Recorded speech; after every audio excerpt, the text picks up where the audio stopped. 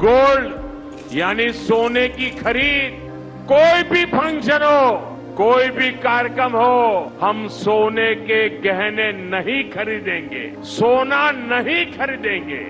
ఈ వీడియోని స్కిప్ చేస్తే మీరు చాలా నష్టపోతారు. వీలైతే ఈ వీడియోని షేర్ చేయండి కానీ స్కిప్ చేయొద్దు. ఇండియాలో బిగ్గెస్ట్ సెన్సేషన్ మోడీ గారు సడన్ గా 1 ఇయర్ పాటు బంగారం కొనొద్దు అని ఎందుకు వార్నింగ్ ఇచ్చారు? దీని వెనుక ఉన్న అసలు సీక్రెట్ స్కామ్ ఏంటి? అసలు ఇండియాలో ఉన్న బంగారం అంతా ఏమైపోతుంది? ఇది పక్కన పెడితే ఆల్రెడీ మన దగ్గర ఉన్న బంగారాన్ని కూడా గోల్డ్ మానిటైజేషన్ స్కీమ్ లో ఇన్వెస్ట్ చేయండి అంటున్నాడు. ఇలా చేస్తే 5 ఏళ్లకు మీ బంగారం మీకు ఇచ్చి ₹1,00,000 మీ అకౌంట్ లో వస్తుంది. మోడీ గారి మైండ్ లో ఉన్న ఆ అల్టిమేట్ మాస్టర్ ప్లాన్ ఏంటో విత్ ప్రూఫ్ లెక్కలతో సహా ఈ వీడియోలో చెప్పబోతున్నాను. ఫ్రెండ్స్, ఫస్ట్ ఆఫ్ ఆల్ మన ఇండియాలో ఉన్న గోల్డ్ రిజర్వ్ అండ్ కన్సల్టేషన్ లెక్కలు చూస్తే మీ మైండ్ బ్లాక్ అవుతుంది.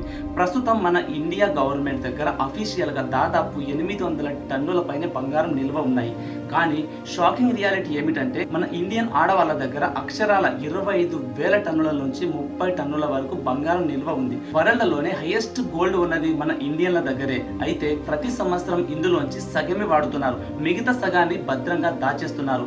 ఇంత బంగారం పెట్టుకొని కూడా సంవత్సరానికి 800 టన్నుల బంగారాన్ని కొంటున్నాం. ఎందుకో తెలుసా? ఇండియాలో ప్రతి సంవత్సరం దాదాపు 1 కోటి కంటే ఎక్కువ పెళ్లిళ్లు జరుగుతున్నాయి. ఒక అంచనా ప్రకారం ఈ పెళ్లిళ్ల కోసమే మన దేశంలో ఏటా 400 నుండి 500 టన్నుల బంగారాన్ని పర్చేస్ చేస్తున్నారు. అంటే మన టోటల్ వాడకంలో సగానికి పైగా. కానీ ట్విస్ట్ ఏమిటంటే ఇండియాలో గోల్డ్ మైన్స్ లేవు. అందుకే మనం ప్రతి సంవత్సరం 800 టన్నుల కొత్త బంగారాన్ని విదేశాల నుండి ఇంపోర్ట్ చేసుకోవాల్సి వస్తుంది. మరి ఇంత బంగారం ఇంపోర్ట్ చేసుకుంటే వచ్చే నష్టం ఏంటి అని అనుకుంటున్నారా? ఇక్కడే ఒక ట్విస్ట్ ఉంది. మనం ఫారెన్ కంట్రీ నుండి గోల్డ్ కొనాలంటే మన రూపాయి పనికిరాదు. మనం ప్యూర్ అమెరికన్ డాలర్ ని పే చేయాలి. ప్రస్తుతం మిడిల్ ఈస్ట్ లో యుద్ధాల వల్ల ఆయిల్ రేటు విపరీతంగా పెరుగుతున్నాయి. చమురు కొనడానికే మన డాలర్స్ అన్ని కరిగిపోతున్నాయి. ఇలాంటి టైంలో మనం గోల్డ్ కోసం కూడా బిలియన్ల కొద్ది డాలర్ ని విదేశాలకు పంపిణీ చేస్తే ఇండియాలో డాలర్ కొరత వస్తుంది. రూపాయి వాల్యూ దారుణంగా పడిపోయి దేశంలో భయంకరమైన ఇన్ఫ్లేషన్ వస్తుంది. నిత్యావసర వస్తువుల ధరలు ఆకాశాన్ని అంటుతాయి. అందుకే మోదీ గారు సంవత్సరం పాటు బంగారం కొనొద్దు అంటున్నారు. ప్రజలంతా 1 ఇయర్ పాటు కొత్త గోల్డ్ కొనడం ఆపేస్తే దేశంలో బిలియన్ల కొద్ది డాలర్స్ సేవ్ అవుతాయి. మన ఫారెక్స్ రిజర్వ్ స్ట్రాంగ్ అవుతాయి. అంతర్జాతీయ మార్కెట్ లో ఇండియన్ రూపీ వాల్యూ పవర్ఫుల్ గా పెరుగుతుంది. ఎప్పుడైతే రూపాయి స్ట్రాంగ్ అవుతుందో అప్పుడే గ్లోబల్ ఇన్వెస్టర్లు అందరూ చైనా, జపాన్, అమెరికా దేశాలు వదిలేసి ఇండియాలో ఇన్వెస్ట్ చేయడానికి క్యూ కడతారు. మోడీ గారు అనుకుంది కూడా ఇదే. డెడ్ ఇన్వెస్ట్మెంట్ లా పడి ఉండే బంగారం మీద కాకుండా ఆ డబ్బును దేశంలో వేరే బిజినెస్ లపై ఇన్వెస్ట్ చేస్తే India global economic super power గా మారుతుంది. చైనా, అమెరికాను దాటేసి ఇండియాను నెక్స్ట్ లెవెల్ కి తీసుకెళ్లే గ్రాండ్ మాస్టర్ స్ట్రాటజీ ఇది. ఒక్క సంవత్సరం గోల్డ్ కొనుక్కుంటే ఇంత పెద్ద మార్పు వస్తుంది. సో మోడీ గారు 1 ఇయర్ పాటు గోల్డ్ కొనొద్దు అనే టాపిక్ అయితే ఇంతటితో అయిపోయింది. కానీ మోడీ గారు ఇంకో టాపిక్ కూడా చెప్పారు. మీ దగ్గర ఉన్న బంగారాన్ని మాకు ఇచ్చేయండి అని. ఇప్పుడు సెకండ్ ఫ్యాక్ట్ గురించి మాట్లాడుకుందాం. ఆల్రెడీ మన దగ్గర ఉన్న బంగారాన్ని మోడీ గారు మా గోల్డ్ మానిటైజేషన్ స్కీమ్ లో ఇన్వెస్ట్ చేయండి అంటున్నాడు. దీనికి గాను మోడీ గారు మనకు చాలా డబ్బులు ఇస్తున్నాడు. అండ్ ఈ పర్పస్ ప్రకారం మోడీ గారు ultimate powerful strong mind set ని సెట్ చేసి పెట్టాడు. ఎందుకో తెలుసా? దేశానికి మనకి చాలా హెల్ప్ లైన్ గా ఉంటుంది. కానీ మోడీ గారి గోల్డ్ మానిటైజేషన్ స్కీమ్ ద్వారా మీ బంగారాన్ని బ్యాంకులో డిపాజిట్ చేస్తే దానికి ప్రభుత్వం ఏడాదికి 2.525% నుండి 2.55% వరకు వడ్డీ ఇస్తుంది. ఫర్ ఎగ్జాంపుల్, మీ దగ్గర 8 లక్షల విలువైన 10 తులాల బంగారం ఉందనుకుందాం. దీన్ని 5 ఏళ్ల పాటు ఈ స్కీమ్ లో పెడితే సంవత్సరానికి 20,000 చొప్పున మీ అకౌంట్ కి ట్రాన్స్ఫర్ అవుతుంది. అంటే అది వడ్డీ డబ్బులు అనమాట. 5 ఏళ్లలో మొత్తం ₹1,00,000 వడ్డీ డబ్బులుగా మీ అకౌంట్ లోకి పడతాయి. ఇక్కడ అందరికి వచ్చే పెద్ద అనుమానం ఏమిటంటే బ్యాంకులో పెట్టిన మన సెంటిమెంట్ నగలు ఏమైపోతాయి అని. తిరిగి ఇలాగే ఇస్తారా లేదా అని మార్ఫింగ్ చేస్తారా అని అంటున్నారు. నిజం చెప్పాలంటే మీ రింగులు, గాజులు, నెక్లెస్ ఇలాంటివి ఏదైనా సరే అలాగే తిరిగి ఇవ్వరు. మీరు బ్యాంకుకి ఇచ్చిన రోజే వాటిని కరిగించి 99.5% స్వచ్ఛమైన బంగారు బిస్కెట్లుగా మారుస్తారు. కానీ మీ బంగారం ఎక్కడికి పోదు.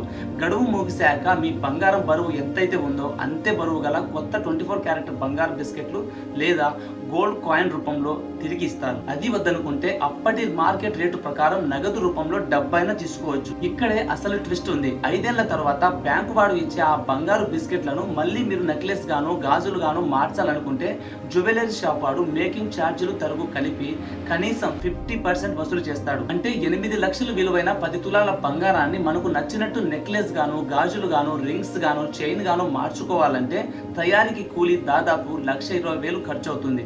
బ్యాంకు ఇచ్చిన వడ్డీ ₹1,00,000. అయితే మళ్ళీ కొత్త నగలు చేయడానికి అయ్యే ఖర్చు ₹1,20,000. అంటే మనకే ₹20,000 బొక్క. అందుకే మీరేం చేస్తారంటే ఫైర్ యాక్సిడెంట్ అయ్యి గోల్డ్ మొత్తం కరిగిపోయి ముద్దగా ఉంటుంది కదా, అది ఇచ్చేయండి, వాళ్ళు తీసుకుంటారు.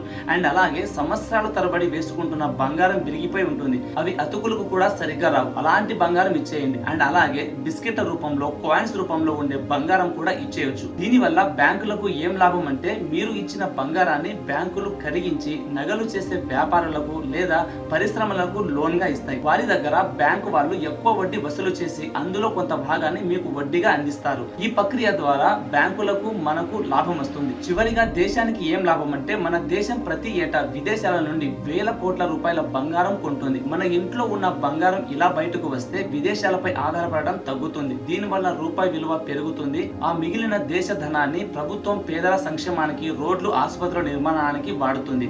ఈ విధంగా దేశానికి లాభం. సో ఇంతవరకు బాగానే ఉంది. కాకపోతే మోడీ గారు చెప్పినట్టు ఇప్పుడు గోల్డ్ కొనకుండా 1 ఇయర్ పాటు ఆగిపోతే దాని తర్వాత ఆ గోల్డ్ రేట్లు పెరగవని గ్యారంటీ ఏంటి అని చాలా మంది అడుగుతున్నారు. ఇలా ఎవరైతే అడుగుతున్నారో ప్రతి ఒక్కరికి హ్యాట్స్ ఆఫ్. మనకున్న అన్ని ప్రాబ్లమ్స్ కంటే ఇదే మేజర్ ప్రాబ్లమ్స్. మనం గోల్డ్ కొనడం ఆపేస్తే అప్పుడు ఉన్న రేట్లే వచ్చే సంవత్సరం కూడా ఉంటాయని గ్యారంటీ లేదు.